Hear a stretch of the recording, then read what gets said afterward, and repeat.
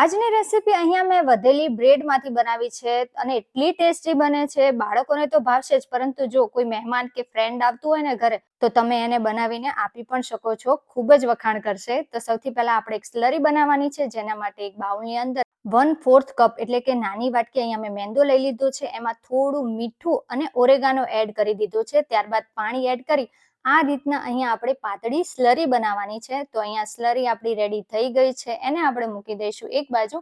હવે આપણે સ્ટફિંગ બનાવી લઈશું, જે એકદમ ટેસ્ટી અને એકદમ યુનિક બનશે. તો સૌથી પહેલા એક પેનની અંદર 2 ચમચી જેટલું તેલ એડ કરી દીધું છે. એની અંદર એડ કરી લેવાની છે ઝીણી સમારેલી ડુંગળી, ઝીણા સમારેલા ટમેટા, ઝીણા સમારેલા કેપ્સિકમ. ટમેટાની આપણે વચ્ચે જે ગર્ભનો ભાગ આવે છે એ આપણે કાઢી લેવાનો છે. ત્યારબાદ એડ કરી દેવાના છે સ્વીટ કોર્ન એટલે કે મકાઈ, અને અહીંયા મેં એકદમ ઝીણા ઝીણા ટુકડા પનીરના સમારી અને એ લઈ લીધા છે. અત્યારે ચોમાસાની સિઝન છે એટલે સરસ રીતે આપણને સ્વીટ કોર્ન છે એ તાજા મળી જાય છે, એટલે ફટાફટ આપણા સ્વીટ કોર્ન છે એ કુક થઈ જશે. તો આ બધું આપણે 2 થી 3 મિનિટ માટે હાઈ ફ્લેમ ઉપર કુક કરી લેવાનું છે. ત્યારબાદ એમાં એડ કરી દઈશું પિઝા એન્ડ પાસ્તા સોસ. ઉપરથી મેં 1 ચમચી જેટલો કેચઅપ એડ કર્યો છે. ત્યારબાદ બધા મસાલા છે, જેમાં મીઠું, ઓરેગાનો અને ચીલી ફ્લેક્સ એડ કરી દીધા છે. બસ આટલું એડ કરી દેવાનું છે અને હવે આપણે એને મિક્સ કરી લેવાનું છે 2 થી 3 મિનિટ માટે.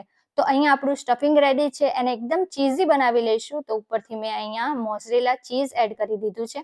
આ એકદમ નાનો કપ છે. આપણે એટલું, અથવા તો જો તમને ચીઝ કેટલું ભાવે છે એ હિસાબે આપણે એડ કરવાનું છે. તો અહીંયા ચીઝ મેલ્ટ થઈ જાય આ રીતના, ત્યાં સુધી આપણે એને મિક્સ કરી લઈશું. ગેસની ફ્લેમને બંધ કરી લેવાનું છે અને આપણે આ સ્ટફિંગ છે એને ઠંડુ કરવા માટે એક બાજુ મૂકી દેવાનું છે. તો આપણું સ્ટફિંગ રેડી થઈ ગયું છે. હવે આપણે પોકેટ બનાવી લઈશું. જે અહીંયા જો મેં તમને પહેલા કીધું એ પ્રમાણે કે અહીંયા મારી પાસે 6 બ્રેડ હતી.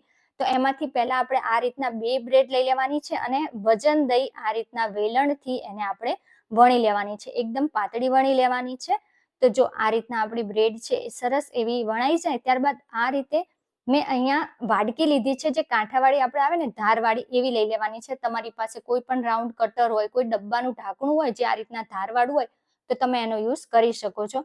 હવે એને આપણે વચ્ચેથી રાઉન્ડ શેપમાં કટ કરી લેવાની છે અને જે આજુબાજુનો પાર્ટ હોય ને એને આપણે ફેંકવાનો નથી. એ આપણે બ્રેડ ક્રમ્સમાં પણ યુઝ કરી શકીએ છીએ.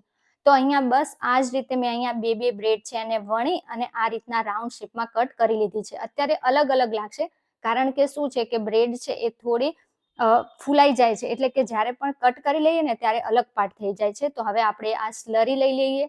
તો સ્લરીની અંદર જો આ રીતના અહીંયા આપણે બ્રેડ છે ને એને બેની લેયરમાં ડીપ કરી લેવાની છે અને ફટાફટ કાઢી લેજો, નહીતર શું થશે કે એકદમ તૂટી જશે. બ્રેડ છે ને એ વચ્ચેથી તૂટી જશે. ત્યારબાદ તરત એને બ્રેડ ક્રમ્સમાં એડ કરી દઈશું અને આ રીતે જો છૂટી પડી જાય ને તો એને આપણે હથેળીમાં લઈ સાઈડમાંથી આ રીતે પેક કરી લેવાની છે, કે જ્યારે આપણે તળીએ એને એટલે કે ફ્રાય કરીએ ને ત્યારે એ ખુલી ન જાય. તો આપણી બ્રેડ અહીંયા બ્રેડ ક્રમ્સથી કોટ થઈ ગઈ છે. એને આપણે એક એક કરી ગરમા ગરમ તેલની અંદર ફ્રાય કરવાની છે. બધી એકી સાથે ન એડ કરતા થોડું તેલ ગરમ કરી આ રીતના એને એક એક કરીને જ એડ કરવાની છે. અને જો હું જે રીતે તળું છું ને સેમ એ જ રીતે એને આપણે તળી લેવાની છે, કે જેથી પૂરીની જેમ એકદમ ફૂલાઈ જાય. તો જો થોડી જ વારમાં આપણી બ્રેડ છે સરસ રીતે ફૂલાઈ ગઈ છે, પૂરીની જેમ થઈ ગઈ છે ને. તો એને બીજી બાજુ ફેરવી એને પણ આપણે આ જ રીતે તળી લઈશું. તો બંને બાજુ એકદમ આ રીતના ક્રિસ્પી ગોલ્ડન થઈ જાય ત્યાં સુધી આપણે એને તળી પછી એને આપણે બહાર કાઢી લેવાની છે. તો સેમ ત્રણેય બ્રેડ છે એટલે કે બ્રેડ પોકેટ છે એ આપણે આ જ રીતે પહેલા સ્લરી પછી બ્રેડ ક્રમ્સમાં એડ કરી તળી લીધા છે. તો ત્રણેય પોકેટ છે એ આપણા રેડી થઈ ગયા છે અને જો કેવા સરસ પૂરીની જેમ ફૂલાઈ ગયા છે ને, અને ઉપરથી કેટલા ક્રિસ્પી થયા છે એ પણ હું તમને બતાવું છું. તો હવે આ પોકેટ છે એને આપણે આ રીતના કટ કરી લેવાના છે, એટલે કે પૂરી કટ થઈ ગઈ બ્રેડની. અને જો આ રીતના ખોલી લઈએ ને તો આપણા પોકેટ છે એકદમ રેડી થઈ ગયા છે.